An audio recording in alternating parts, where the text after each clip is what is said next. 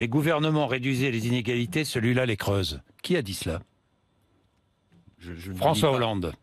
Oui, François Hollande. je pense que dans le discours que le président Macron a prononcé l'autre jour au Congrès réuni, il a eu deux visions très fortes pour l'avenir.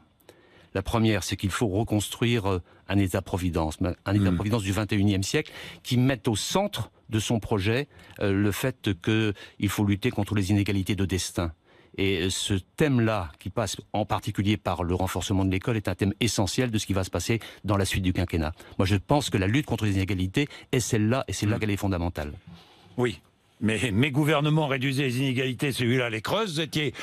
Vous faisiez partie des gouvernements qui réduisaient les inégalités. Maintenant, vous faites partie du gouvernement qui les creuse. Je ne partage pas tout à fait le point de vue du président Pas tout à Hollande fait, ou pas tout à fait, ou pas du tout. Je suis très solidaire de ce qui a été fait par le président tout à fait, Hollande ou pas du tout. au cours du dernier quinquennat. Là, je pense que la volonté du président Macron, à la fois de réformer la France et de s'attaquer aux inégalités à la racine, est un enjeu qui est au centre de son projet. Est-ce que François Hollande devrait se taire?